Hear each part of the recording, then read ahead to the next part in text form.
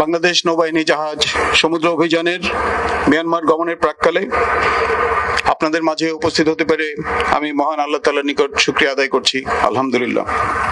আপনারা জানেন, গত 28শে মার্চ মিয়ানমারের বিভিন্ন স্থানে শক্তিশালী ভূমিকম্প আঘাত হানে। ভূমিকম্পের আঘাতে মিয়ানমারের কয়েকটি রাজ্যে বহু মানুষের প্রাণহানি সহ বিভিন্ন স্থাপনাসমূহের ব্যাপক ক্ষয়ক্ষতি সাধিত হয়। সার্বিকভাবে ওই অঞ্চলসমূহে মানবিক বিপর্যয়ের সৃষ্টি হয়েছে।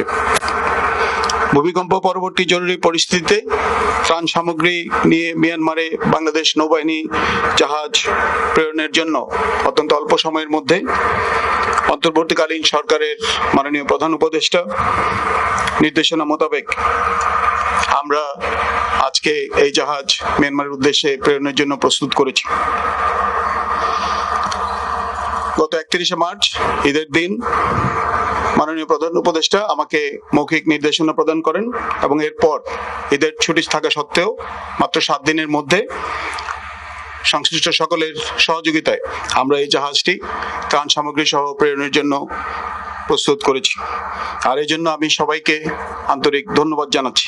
বিশেষ ধন্যবাদ জানাচ্ছি মাননীয় প্রধান উপদেষ্টার কার্যালয়ের সশস্ত্র বাহিনী বিভাগ, প্রতিরক্ষা মন্ত্রণালয়, পররাষ্ট্র মন্ত্রণালয়, ত্রাণ ও দুর্যোগ ব্যবস্থাপনা মন্ত্রণালয়ের সংশ্লিষ্ট কর্মকর্তাবৃন্দকে।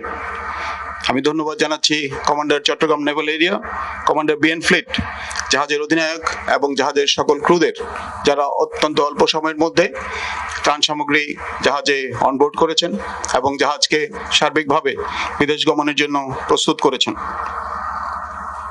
প্রিয় সুধীমণ্ডলী, প্রতিবেশী রাষ্ট্র মিয়ানমারের এই সংকটময় মুহূর্তে বাংলাদেশ সরকারের মানবিক দৃষ্টিভঙ্গি থেকে ত্রাণ সামগ্রী নিয়ে নৌবাহিনী জাহাজ প্রেরণের বিষয়টি প্রতিবেশী রাষ্ট্রসমূহের কাছে বাংলাদেশের ইতিবাচক ভাবমূর্তি প্রকাশ করবে।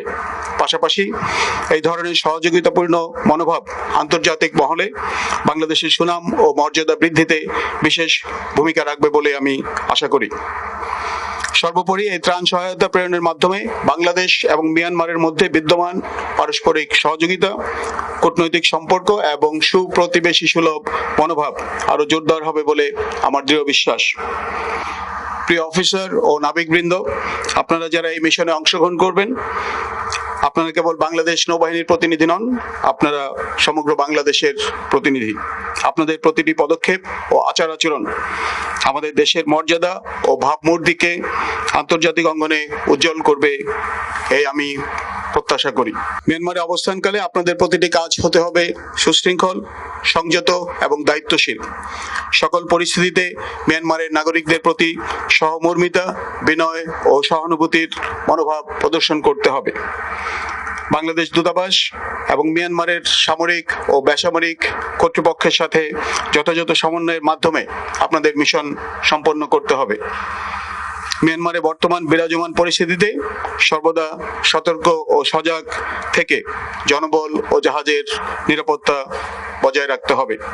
আমি দৃঢ়ভাবে বিশ্বাস করি আপনারা আপনাদের উপর অর্পিত দায়িত্ব যথাযথভাবে পালনে দক্ষতা ও সততার স্বাক্ষর রাখবেন এবং বিদেশের মাটিতে বাংলাদেশ নৌবাহিনী তথা বাংলাদেশের ভাবমূর্তি উজ্জ্বলতর করবেন। আপনারা আপনাদের অর্পিত মিশন সফলভাবে সম্পন্ন করে নিরাপদে দেশে ফিরে আসবেন, এই আমাদের প্রার্থনা। মহান আল্লাহ তাআলা আমাদের সকলের সহায় হন। আল্লাহ হাফেজ।